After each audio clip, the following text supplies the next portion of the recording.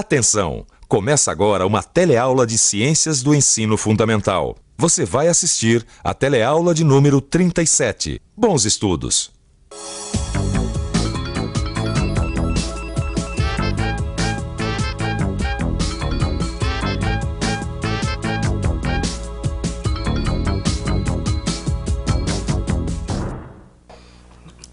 Oi! Que as plantas e as algas fazem fotossíntese e que a partir desse processo que surge energia, ou seja, que surge o alimento para todos os seres vivos da Terra, isso a gente já viu nas últimas teleaulas. Agora, como será que essa energia vai passando de um ser vivo para outro? Por exemplo, da planta para o boi, do boi para o homem e daí para frente. Como será que isso acontece? Esse é o tema da nossa teleaula de hoje. Você vai ver que os seres vivos utilizam a energia dos alimentos e que a energia disponível ao passar de um ser vivo para o outro vai diminuindo. Esse é um fato que podemos representar através de um esquema chamado pirâmide de energia. Você vai ver ainda que as plantas são os produtores do ambiente e que os herbívoros e carnívoros são os seres consumidores do ambiente. Por fim, você vai ver como é uma cadeia alimentar.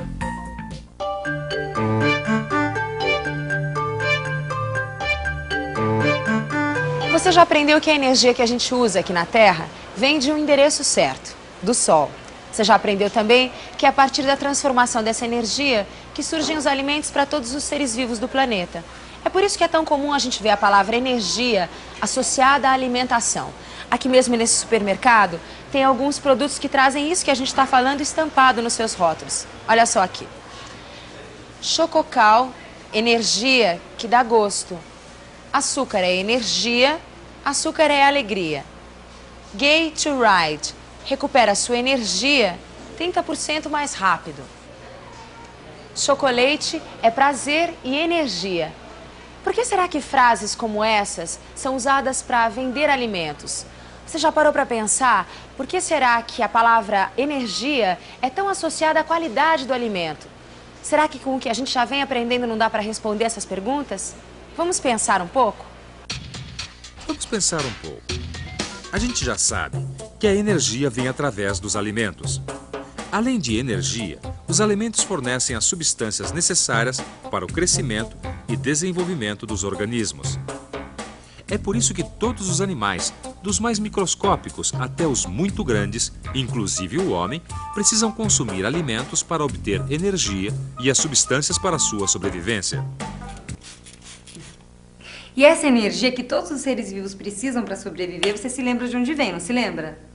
Tudo começa com as plantas e algas. Elas captam a energia do sol e, através de reações químicas, transformam essa energia luminosa em substâncias que servem de alimento. Ou seja, através da fotossíntese, as plantas transformam a energia do sol numa outra forma de energia que vai servir de alimento. É isso, Lineu? É isso, Maria. As plantas transformam a energia do sol em energia das substâncias. Sim. Ou melhor, em energia química. Então quer dizer que eu estava certa, que tudo começa com as plantas e com as algas. Isso. Por isso que a gente disse que as plantas são os seres produtores do ambiente. Nossa, mas espera aí, se as plantas e algas são produtores do ambiente, os outros seres vivos são o quê? Bom, então eles vão ser chamados de consumidores, né? Agora, por que consumidores? Porque eles não conseguem transformar a energia do sol em alimento. Eles apenas consomem a energia que já tinha sido transformada pelas plantas e pelas algas. Sim. Mas escuta, as plantas não consomem nada, não? Porque quando a gente olha para elas, dá a sensação de que elas não estão consumindo energia, né? Afinal, as plantas consomem ou não consomem energia? Realmente. Quando a gente olha para uma planta, temos a impressão de que ela não necessita de energia. Afinal de contas, a planta está ali, paradinha, e se move apenas com o vento. Mas as coisas não são bem assim. Se a gente parar e olhar uma planta crescendo por vários dias, vamos encontrar folhas e ramos novos. E até mesmo nas plantas já adultas, a gente nota que ela nunca para, está sempre trocando de folhas, dando flores e frutos. Ou seja, a planta, além de captar energia, também usa parte dessa energia para se desenvolver e dar seus frutos. Isso nos leva a concluir o quê? Que parte da energia solar captada no processo de fotossíntese é consumida pela própria planta e não passa para nenhum outro ser vivo. Ô, Lineu, então quer dizer que as plantas não são só transformadoras de energia, elas também consomem um pouco da energia que elas produzem, não é? Isso. E o que acontece com a energia que elas não consumiram? Bom, Maria, vamos supor então que a nossa planta seja um capim. Quando o boi vem e come o capim, ele está consumindo justamente essa parte da energia que a planta não utilizou. Sei. E essa energia que o boi pegou da planta, ele usou todinha? Não, só uma parte. No boi ainda fica um tanto. Esse tanto vai ser consumido pelo homem quando ele for comer, por exemplo, um belo bife de alcatra. Bom, deixa eu ver se eu entendi. A planta fica com parte dessa energia que ela captou. Daí vem o boi, come a planta e com ela parte dessa energia que estava armazenada. Bom, o boi usa parte dessa energia para se manter em pé, para sobreviver, não é? E o resto ele deixa armazenado no seu corpo. Daí ele passa essa energia para o homem quando o homem come a carne do boi. É isso? É, certíssimo, Maria. É isso aí. Então, a energia que é captada pelas plantas vai sendo utilizada pelos seres vivos conforme vai passando de um organismo para o outro. E olha, a gente pode concluir o quê? Que a cada passagem de alimento de um organismo para o outro, a energia vai diminuindo. Isso é fácil de entender. Porque se cada ser vivo pega um pouquinho de energia e passa o resto, então é claro que a energia disponível lá no fim da corrente é muito pequena. Mas vamos ver com calma essa história da energia ir se perdendo a cada transferência. Primeiro, a gente tem a planta que consegue captar e transformar a energia do sol. Parte dessa energia a planta consome para crescer e dar frutos. Aí vem a vaca e come a planta, ingerindo com ela a energia que tinha restado. Boa parte dessa energia a vaca usa para sua própria sobrevivência. Por fim, a vaca é abatida e serve de alimento para o homem, que ainda consegue ingerir o que sobrou da energia produzida pela planta. Esse percurso que a energia faz da planta até o consumidor final recebe o nome de fluxo de energia. E por que esse nome, fluxo de energia? Porque energia, como você acabou de ver, caminha num sentido único, num fluxo só. O sol, portanto, é sempre necessário. Mas para a gente poder visualizar melhor essa história, vamos ver um desenho que mostra como a energia passa das plantas aquáticas de lagoas do Pantanal para os caramujos e destes para os gaviões caramujeiros. Esses esquemas são denominados de pirâmides de energia de um ambiente. Veja como a energia disponível vai diminuindo a cada etapa. Você deve estar estranhando que os caramujos ocupam nesse desenho mais espaço que os gaviões. É que a pirâmide leva em conta a quantidade total de alimento e não depende do tamanho dos organismos. Isso por quê? Porque os organismos pequenos podem assimilar e passar mais energia do que os grandes. Isso é fácil de entender. Imagine o tanto de alimento que um organismo grande como um boi, por exemplo, consome para sobreviver. Já não é o caso de um caramujo, que precisa de bem menos alimento. É por isso que a gente disse que a pirâmide de energia leva em conta a quantidade total de alimento, independente do tamanho do organismo. Você entendeu, Maria, por que a energia disponível, conforme vai passando de um ser vivo para o outro em forma de alimento, vai diminuindo? Porque todo organismo passa uma quantidade menor de energia do que ele recebeu. Não, agora eu entendi essa história de fluxo de energia. Mas peraí, se tem uma hora que a energia acaba, como é que faz para ter energia disponível de novo?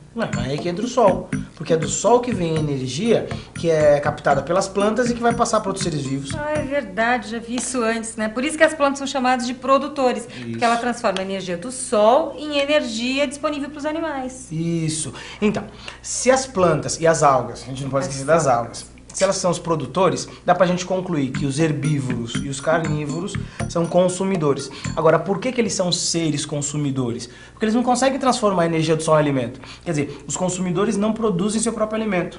Tá certo. Os consumidores não fazem a fotossíntese. Quem faz a fotossíntese são os seres produtores. Isso. Tá, mas tem uma coisinha que eu não me lembro mais. O que é herbívoro e carnívoro mesmo?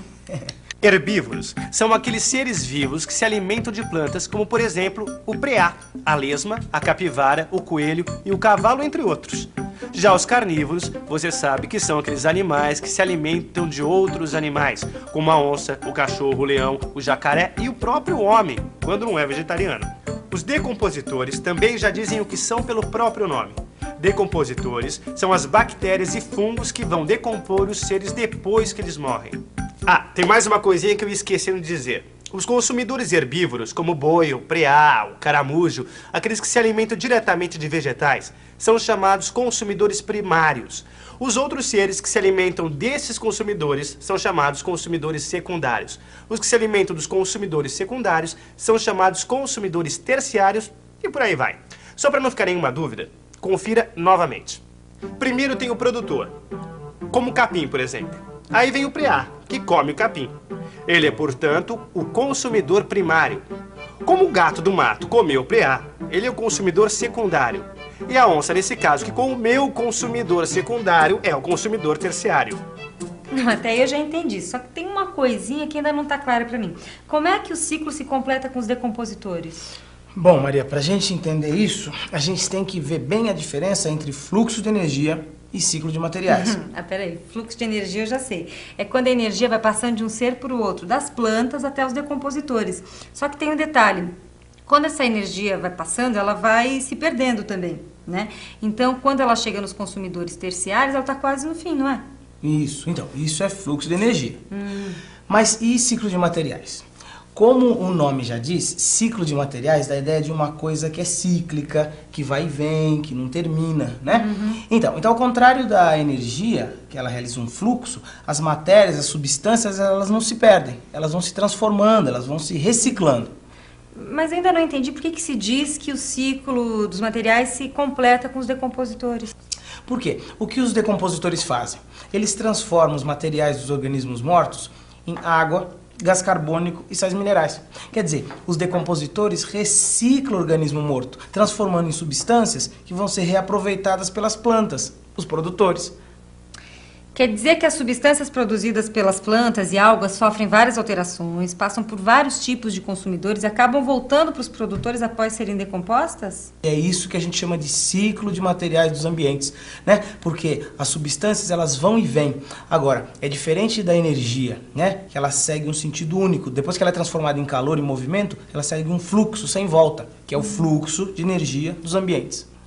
Como está dando para perceber, em um ambiente as populações de animais e vegetais se interrelacionam. Estão todas ligadas umas com as outras. São parasitas e hospedeiros, predadores e presas, produtores e consumidores, formando um delicado equilíbrio, uma rede de fios muito parecida com os fios de uma teia de aranha. Teia essa que representa as possibilidades para o consumo de alimentos.